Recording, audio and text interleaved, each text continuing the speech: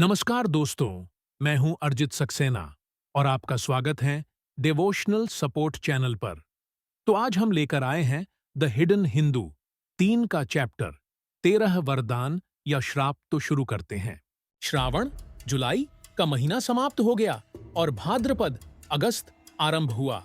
अप्रत्याशित चुनौतियां और आपदाएं भारत के द्वार पर दस्तक देती रहीं, जब एक सरकार और नागरिक कोविड-19 के कारण विभिन्न स्तरों पर संघर्ष करते रहे। नवीनतम त्रासदी केरल के कालीकट अंतर्राष्ट्रीय हवाई अड्डे पर एयर इंडिया की उड़ान AI 344 की दुर्घटना थी, जिसमें 19 लोगों की मृत्यु हो गई थी। केरल को भी भारी वर्षा का प्रकोप भुगतना पड़ा, जिसके कारण भूस्खलन हुआ। 24 लोगों की मृत्यु हो गई, कई लोग फंस गए और कई बेघर हो गए।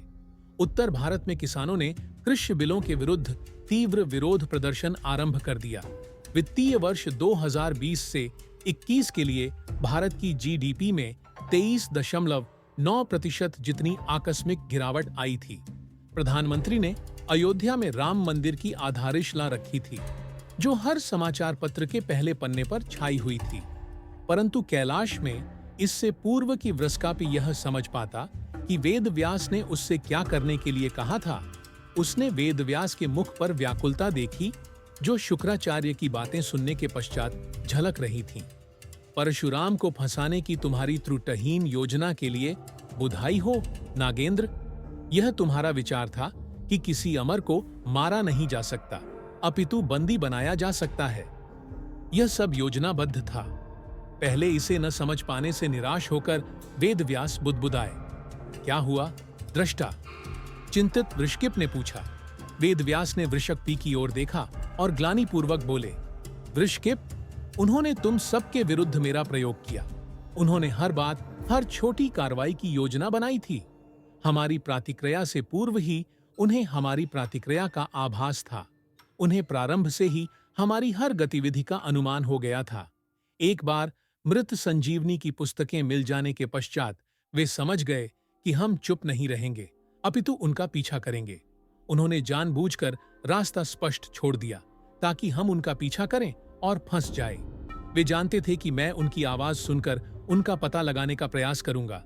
इसलिए LSD ने जानबूझकर परिमल से एलोरा के बारे में बात की, ताकि मैं उसे सुन सकूं और परशुराम अकेले ही उस स्थान की रक्षा कर सकें। वे जानते थे कि हमारी शक्ति बांटने से उनके लिए हमें संभालना आसान हो जाएगा। तुम्हें रूपकुंड भेजना भी उनकी रणनीति का हिस्सा था, हमारी नहीं, क्योंकि वे जानते थे कि तुम्हें वहां से आगे और मनुष्यों के बीच नहीं भेजा जा सकता। इसलिए उन्होंने मुझे उन पहले कुछ स्थानों के बारे में सुनने दिया, ताकि हम हमारे योद्धाओं को अलग-अलग स्थानों पर भेजकर प्रत्येक स्थान की रक्षा करने का प्रयास कर सकें। परशुराम और कृपाचार्य को ओम के अतीत में फंसाने से लेकर अब एलोरा में परशुराम को पकड़ने तक हर चारा हमें चतुराई से डाला गया था। हमें उन पर एक साथ आक्रमण न करने देने से वे सफल हो गए। उन्होंने पहले तुम्हें रूपकुंड में अकेले मारने का प्रयास किया। तुम्हारे घाव इतने घातक थे। फिर उन्होंने तेजो महालय में अकेले मुलारेपा पर आक्रमण किया और उन्हें जीवित ही भस्म कर दिया।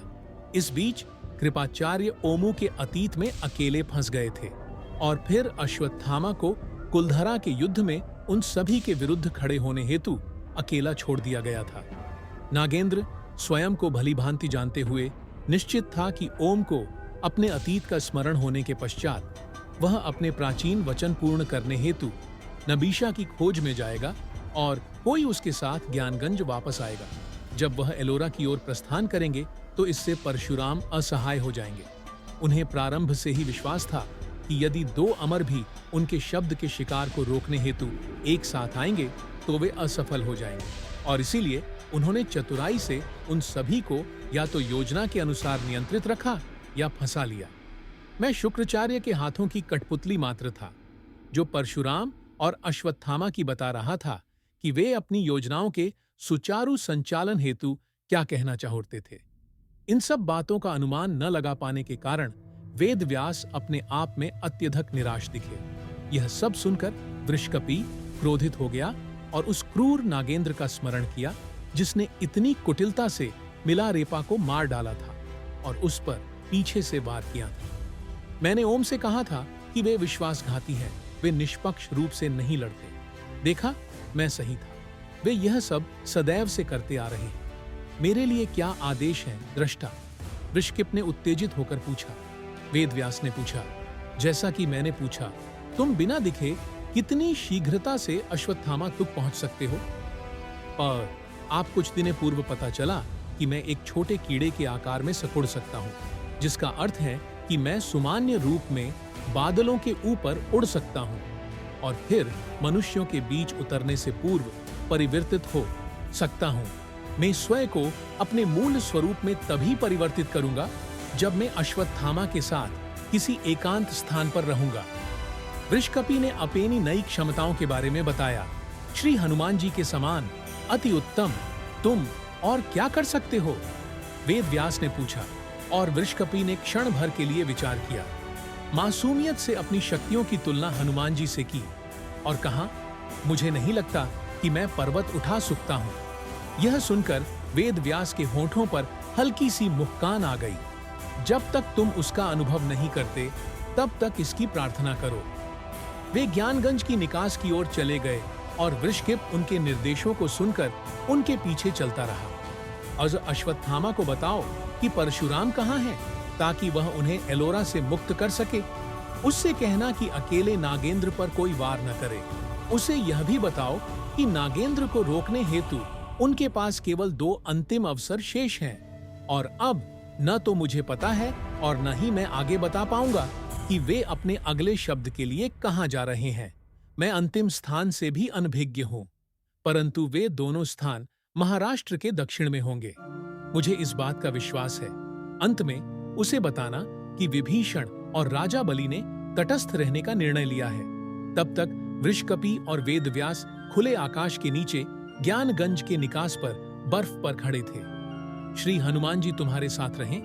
वृषकपि ने वेदव्यास को विदा किया और ध्वनि के वेग के साथ आकाश में उड़ गया।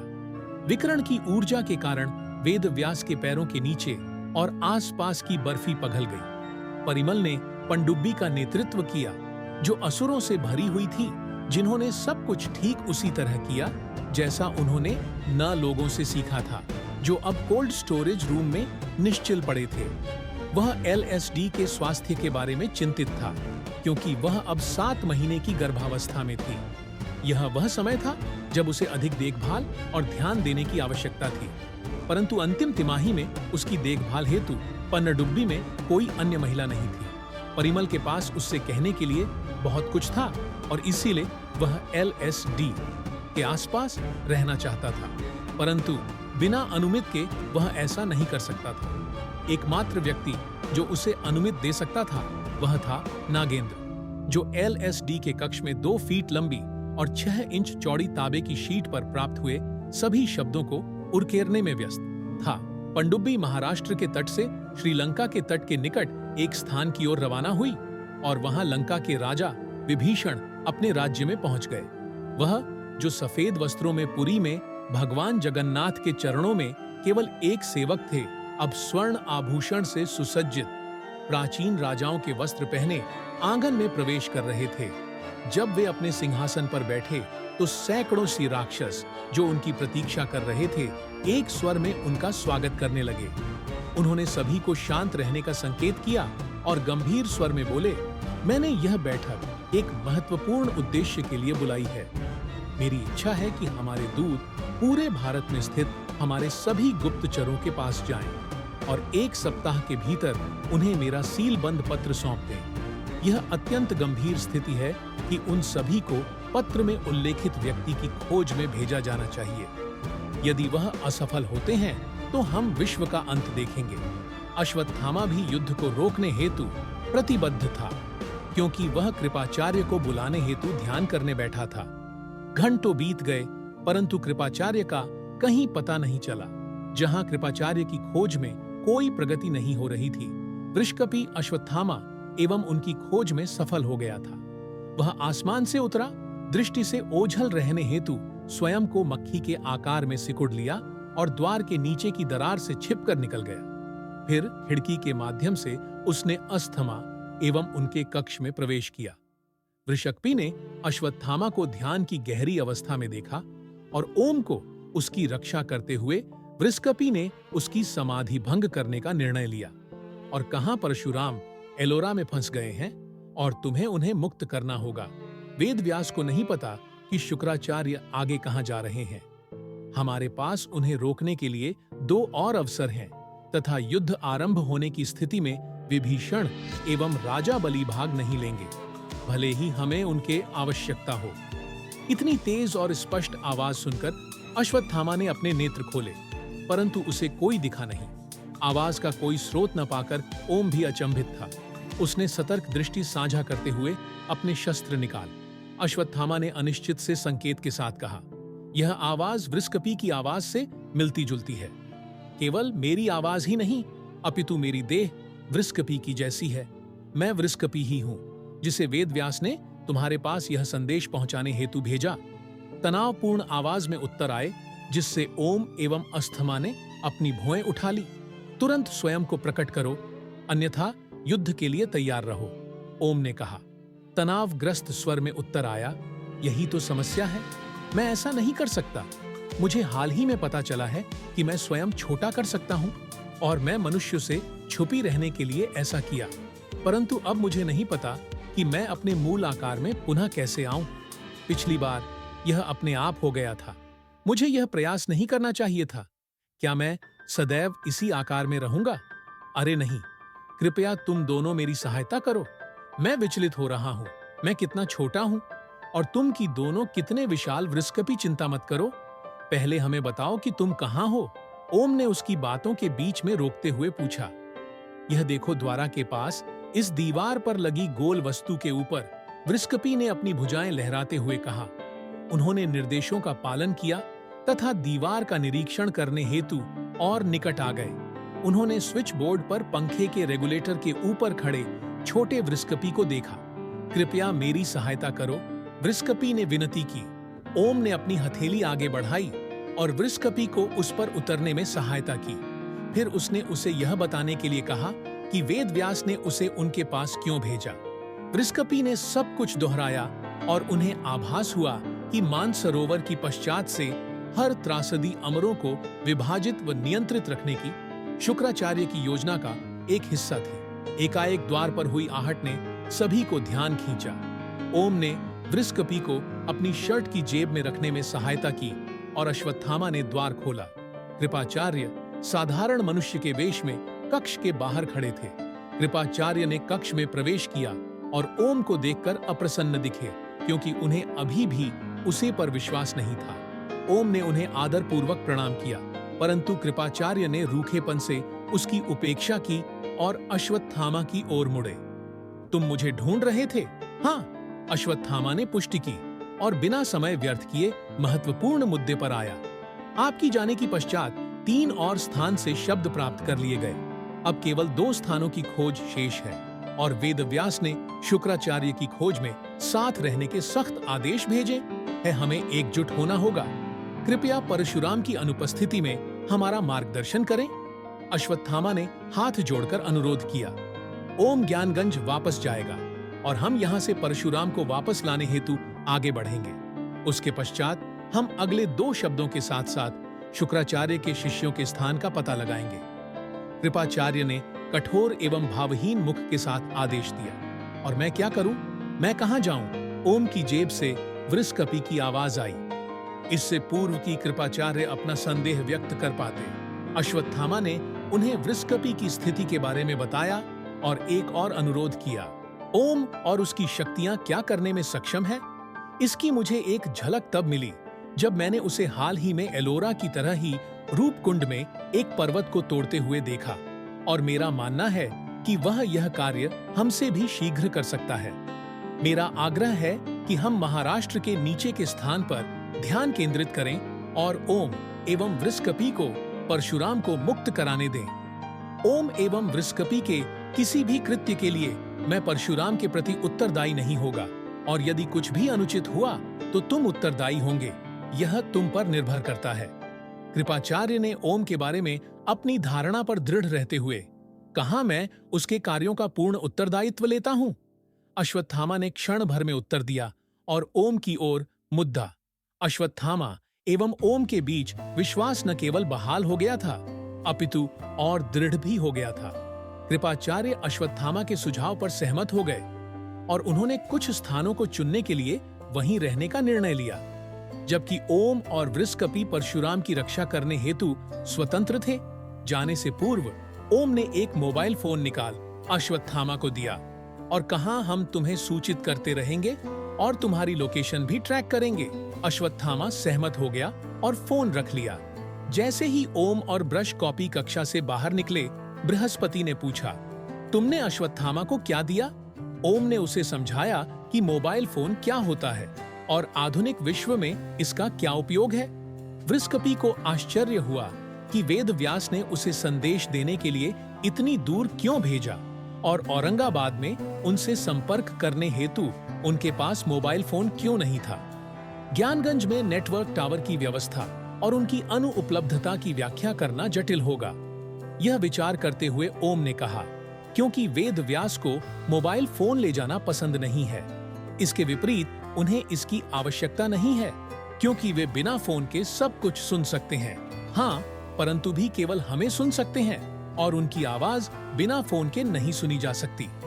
आप फोन के बारे में जानने के पहचान में संदेश देने हेतु भेजे गए संदेशवाहक कबूतर के समान अनुभव कर रहा हूँ। कबूतर भी मुझसे बड़े होते हैं। मैंने यह क्या कर दिया?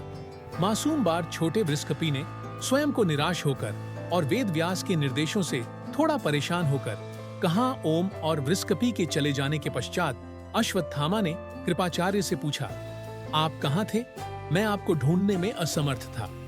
रोशदीप पर घटना के तुरंत पश्चात पूछताछ के दौरान वहां उपस्थित एक विशेष यज्ञ डॉक्टर बत्रा ने चिकित्सा विज्ञान में कई असफलताएं पाईं और एकाएक अदृश्य हो गए।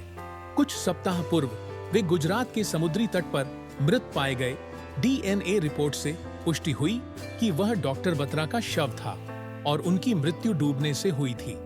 मेरा मानना है कि उनमें ओम का रक्त था और उस रक्त ने नागेंद्र की अमृता तथा स्वयं की मृत्यु में भी महत्वपूर्ण भूमिका निभाई है।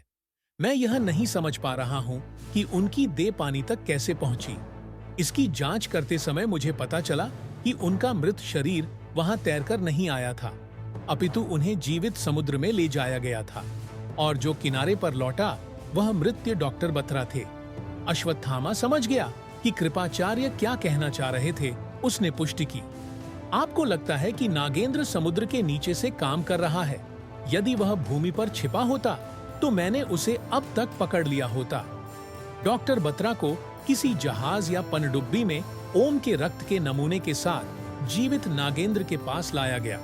उन्हें नमूना देने हेतु विवश किया गया और फिर मछलियों को भोजन बनने हेतु पानी में नीचे छोड़ दिया गया। कोई भी व्यक्ति पनडुब्बी की गहराई से मृत्यु या जीवित सतह पर पुनः नहीं आ सकता, परंतु सौभाग्य से जलमग्न द्वारका के विनाश के पश्चात सुनामी गहरे पानी से मृत शरीर को गुजरात के तट पर ले आई। उनकी पत्नी कहीं नहीं मिली, इसलिए उनका अंतिम संस्कार स्थानीय लोगों द्वारा सब परीक्षण और डीएनए नमूनों के पश्चात किया गया। क्रोधित अश्वत्थामा ने कहा, मृत संजीवनी की पुस्तक वहीं होनी चाहिए जहां नागेंद्र, हाँ, नागेंद्र पानी के भीतर छिपा हुआ है। जांच के दौरान मुझे एक अज्ञात स्पीड बोट मिली जिसे कुछ महीने पहले दीघा तट पर देखा गया था। बाद में वही नाव मांडवी समुद्र तट और कच्छ की खाड़ी में देखी गई जब कुलधरा और द्वारका की घटना हुई। फिर यह हाल ही गोवा में और महाराष्ट्र के तटीय क्षेत्र में दिखाई दी। जब एलोरा में आकर उन्होंने शब्द का शिकार किया, कृपाचार्य ने अश्वत्थामा को नाव की तस्वीर दिखाई, जिससे कृपाचार्य द्वारा साझा की गई सारी बातें मान्य हो गईं। तस्वीर देखकर अश्वत्थामा को कुछ सूझा। यह परिमल की नाव है। यह वही नाव है जिसका पीछा मैंने और परशुराम ने ओम की रक्षा करने हेतु पोर्ट ब्लेयर से रोशदीप तक किया था। कृपाचार्य ने नागेंद्र की कार्य प्रणाली के बारे में बताया। नागेंद्र और उसका दल अपने स्थान के निकटतम समुद्र तट पर पहुंचते हैं, शब्द की खोज करते हैं और फिर चुपचाप अपने अगले स्थान पर जाने से पूर्व गहरे पानी में छिप जाते हैं, जो पूर्ण रूप से विश्व से अदृश्य है। वे अपने जहाज से स्पीड बोट को किनारे तक ले जाते हैं और अपना कार्य पूरा होने के पश्चात पुनः लौट आते हैं। तो इसका अर्थ यह है कि यदि हमें जहाज मिल जाता है तो हम उन्हें ढूंढ लेंगे। हाँ, अब जब उन्होंने एलोरा छोड़ दिया है तो महाराष्ट्र और गोवा के दक्षिण में केवल 4 तटीय राज्य हैं जहां वे जा सकते हैं। कृपाचार्य ने भारत का नक्शा खोला और संभावित राज्यों की ओर इशारा किया: आंध्र प्रदेश, कर्नाटक, तमिलनाडु एवं केरल। अगले शब्द का स्थान खोजने का प्रयास करने से बेहतर हमें पनडुब्बी ढूंढनी चाहिए। यदि हम उन्हें ढूंढ लेते हैं तो उनकी खोज पहले ही समाप्त हो जाएगी, क्योंकि इस बार हम एक साथ होंगे और हमारा वार पहले से अधिक घातक व संगठित होगा। अश्वत्थामा कृपाचार्य से सहमत हुए। महाराष्ट्र के दक्षिण में समुद्र तट का कुल 2730.6 किलोमीटर का भाग उन्हें खोजना था। जहां उन्होंने नागेंद्र की खोज योजना आरंभ की, वहां पनडुब्बी पहले से ही आंध्र प्रदेश के मायापाड़ू समुद्र तट पर पहुंच रही थी, जो वीरभद्र दर से 370 किलोमीटर की दूरी पर था। तब तक ओम और वृषक्पी एलोरा पहुंच चुके थे। ओम विशाल चट्टान के सामने खड़ा हो गया और उसी गदा का आवाहन करने हेतु अपने नेत्र बंद कर लिए, जो उसे नबीशा को मुक्त करने में सहायक हुई थी। वृषक्पी अभी भी अपने सामान्य आकार में आने हेतु संघर्ष कर रहा था। वह गदा को उभरते हुए देखकर आश्चर्यचकित रह गया। तुमने यह कैसे किया? यह गदा अद्भुत है। वृषक्पी अचंभित था। ओम ने उसे अपनी जेब से निकाला और उसे दूर रहने के लिए कहा, क्योंकि वह चट्टान को तोड़ने वाला था जिससे टुकड़े उड़ सकते थे। वृषक्पी ने वैसा ही किया जैसा उससे अनुरोध किया गया था, और वह कुछ दूरी पर यह देखने हेतु प्रतीक्षा करने लगा कि यह मायावी गदा ओम के लिए क्या कर सकता था। ओम ने पूरी शक्ति से चट्टान पर गदा से प्रहार करना आरंभ कर दिया। हर प्रहार से एक नई दरार पैदा हो जाती, जिससे पर्वत पर भारी चोट लग गई। ओमू को देखते हुए वृषक्पी ने भी गदा उठाकर हनुमान जी के समान दिखने की इच्छा की, परंतु इसके लिए उसे अपने मूल स्वरूप को पुनः प्राप्त करना आवश्यक था। ओम उसकी पीड़ा को समझ गया और चट्टान पर हाथ मारते हुए कहा, तुम शारीरिक रूप से हम में से सबसे शक्तिशाली हो वृषक्पी। अभी तुम्हारी निर्बलता तुम्हारी इच्छा शक्ति एवं दृढ़ संकल्प में निहित है। एलोरा वह स्थान है जिसे परशुराम ने दृढ़ इच्छा शक्ति एवं दृढ़ संकल्प के साथ बनाया था, और तुम्हारे लिए ध्यान करने तथा जो तुम चाहते हो उसे प्राप्त करने हेतु इससे बेहतर स्थान नहीं हो सकता है।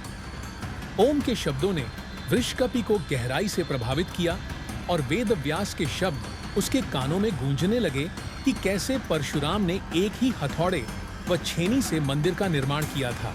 इसलिए वृषक्पी विशाल व टूटती चट्टान के सामने एक कोने में ध्यान लगाकर बैठ गया, जिससे ओम की गदा के टकराने की आवाज उसकी ध्यान की स्थिति में सहायता करने लगी। वहां ज्ञानगंज में वेदव्यास अश्वत्थामा एवं कृपाचार्य के बीच के वार्तालाप और साथ ही परशुराम को मुक्त कराने हेतु चट्टान पर होते गदा के प्रहार को सुन रहे थे।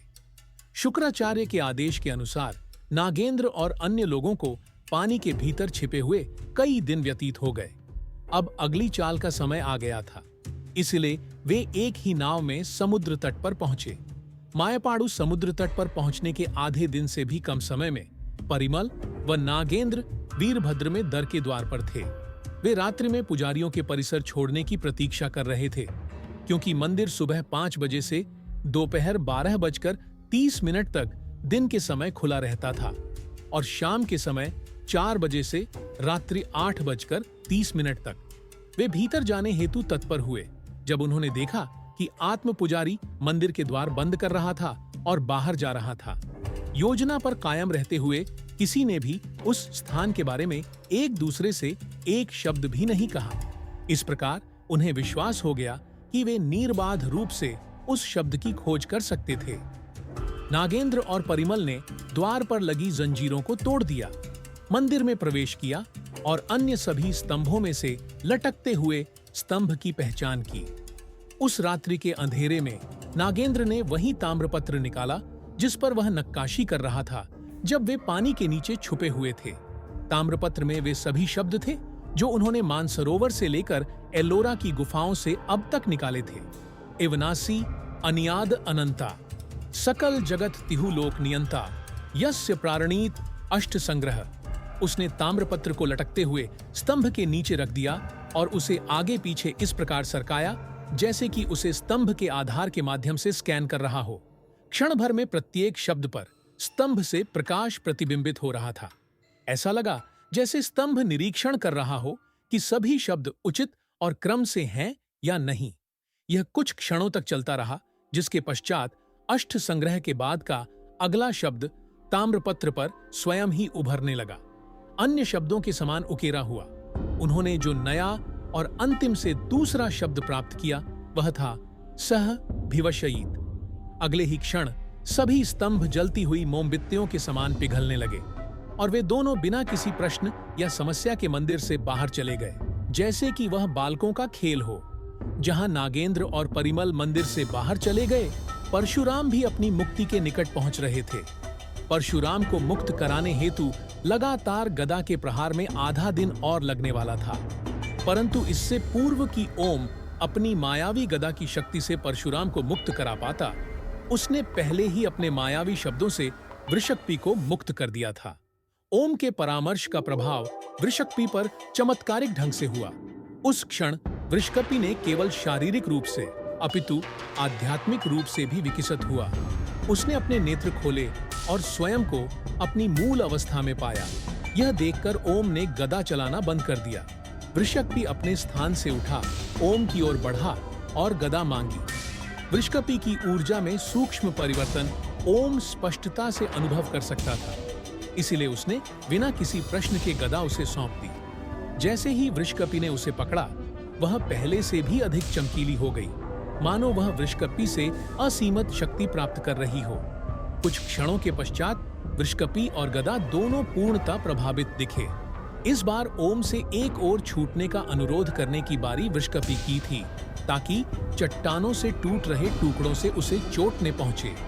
ओम ने आज्ञा का पालन किया और वृषक्पी ने चट्टान पर अपना पहला प्रहार किया, जो ओम की तुलना में कम से कम 100 गुना अधिक दृढ़ था। कुछ देर पहले जिस कार्य में आधा दिन लगने वाला था, वह क्षणों में पूरा हो गया। पूरा पर्वत टूटकर कंकड़ पत्थर में परिवर्तित हो गया और परशुराम उनके सामने तनकर खड़े हो गए। वृषक्पी गदा लौटाने हेतु ओम के पास गया, परंतु ओम ने उसे वापस लेने से मना कर दिया।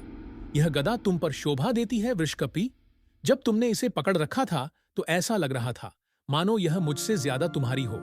इसे एक मित्र का उपहार मानो। यह गदा सदैव तुम्हारे पास रहे। वृषभ व नम्रता से वह उपहार स्वीकार कर लिया। नागेंद्र परिमल सुबह होने से पूर्व ही अपनी स्पीड बोट पर पहुंच गए और अंधेरे में ही अपनी पनडुब्बी की ओर निकल गए। पनडुब्बी में प्रवेश करने के पश्चात उन्होंने शुक्राचार्य को ताम्रपत्र सौंपा। जैसे ही वे शुक्राचार्य के कक्ष से बाहर निकले, परिमल ने नागेंद्र से पूछने का साहस किया, क्या मैं उससे मिल सकता हूं?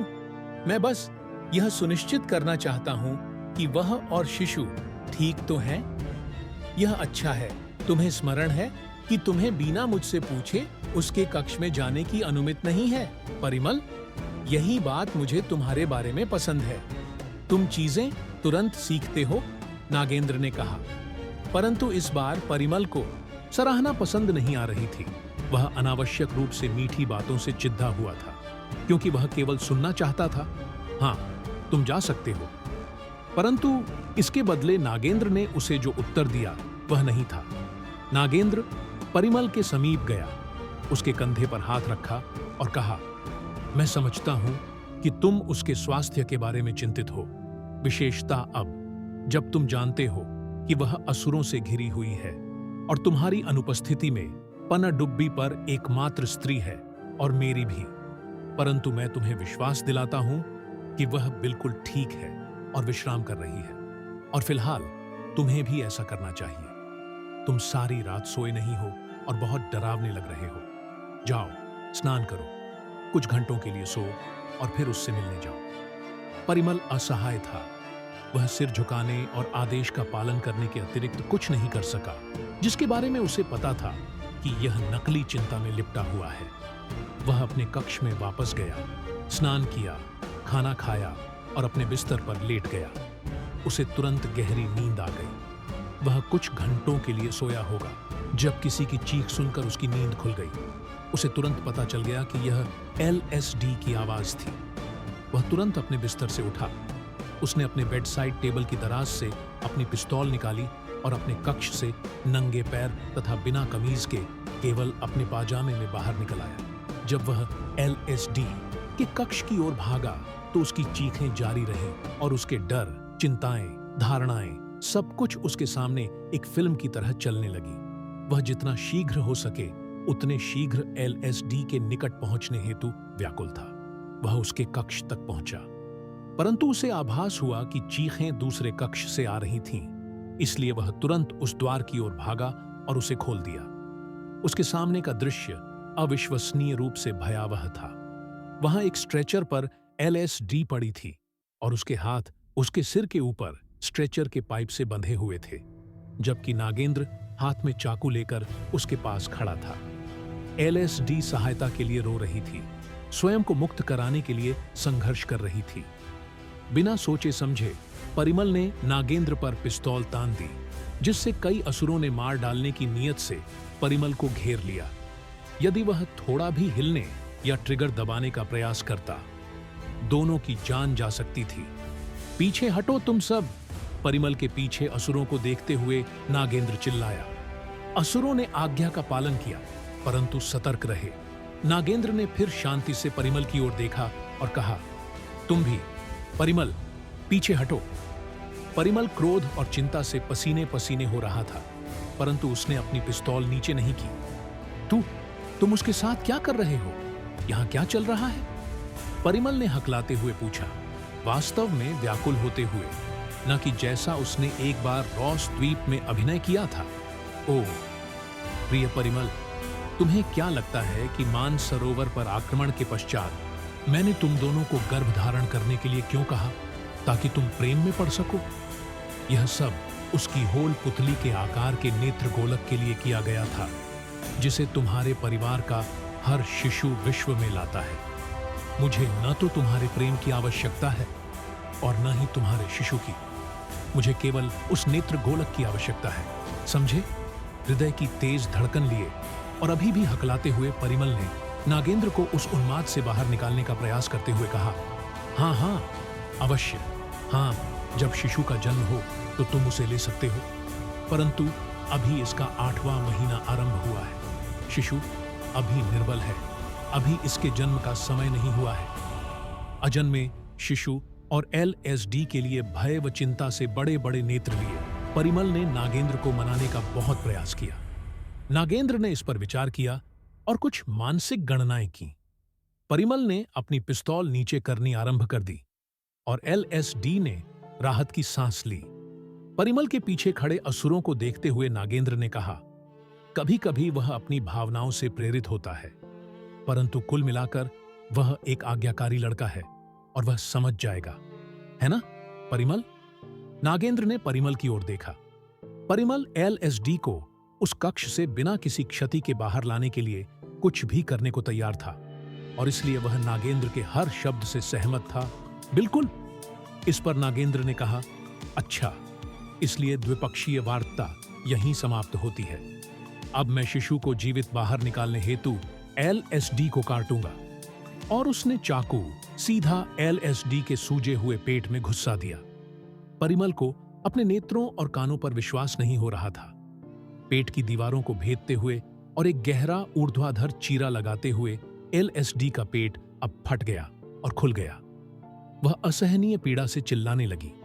जैसे ही उसकी आहतें, साथ ही मूत्राशय चाकू के नीचे चला गया, रक्त अकल्पनीय ढंग से बाहर बहने लगा।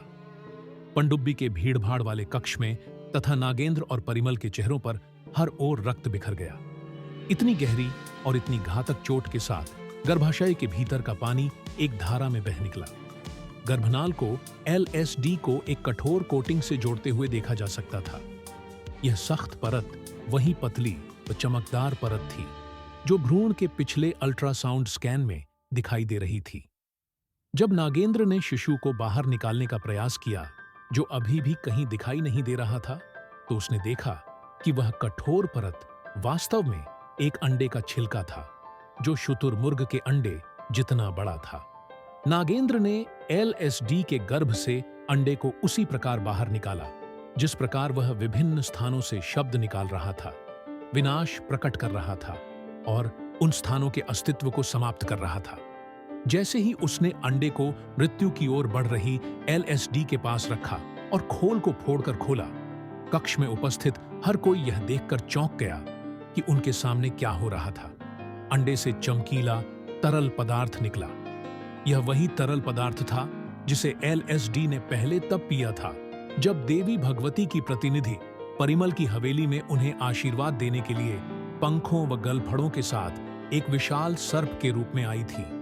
जैसे ही तरल पदार्थ खोल से बहकर भूमि पर फैलता गया, सभी ने एक शिशु को खोल से और मां को गर्भनाल से जुड़ा हुआ देखा। सर्प के अंडे के भीतर एक मानव शिशु को देखकर सभी असुर प्रसन्नतापूर्वक चिल्लाने लगे। परिमल अभी भी खड़ा था, जैसे सदमाग्रस्त हो। वह इतना स्तब्ध था कि उसके मुख से एक शब्द नहीं निकल रहा था। एलएसडी पीड़ा से कराह रही थी, परंतु उसकी चीखें असुरों के जोरदार उत्सव में दब गईं। इन सब के उपरांत नागेंद्र ने शिशु को पकड़ लिया और तिरस्कार पूर्वक एलएसडी से कहा, शिशु, तुम सीधे मेरे कान में चिल्ला रहे हो। देवद्रथ, देखो मैं कितना निकट हूं। मेरे कान के पर्दे फट सकते हैं। यह शीघ्र ही समाप्त हो जाएगा। तुम कुछ ही क्षणों में मर जाओगे प्रिय। और नागेंद्र ठीक ही कह रहा था। एलएसडी ने कुछ ही क्षणों में पराजय स्वीकार कर ली, जब एक अंतिम चीख उसकी अंतिम सांस के साथ उसके फेफड़ों से निकल गई। रक्त से लथपथ एक निर्बल और समय से पहले जन्मा शिशु नागेंद्र की गोद में जोर जोर से रोने लगा। जैसे ही असुरों ने शिशु के रोने की आवाज सुनी, उन्होंने जयकार करना बंद कर दिया। एलएसडी के शिशु को, जो अभी भी गर्भनाल के माध्यम से अपनी मृत मां से जुड़ा हुआ था, अपने हाथों में पकड़कर नागेंद्र ने परिमल से ऐसे बात की जैसे कुछ हुआ ही न हो।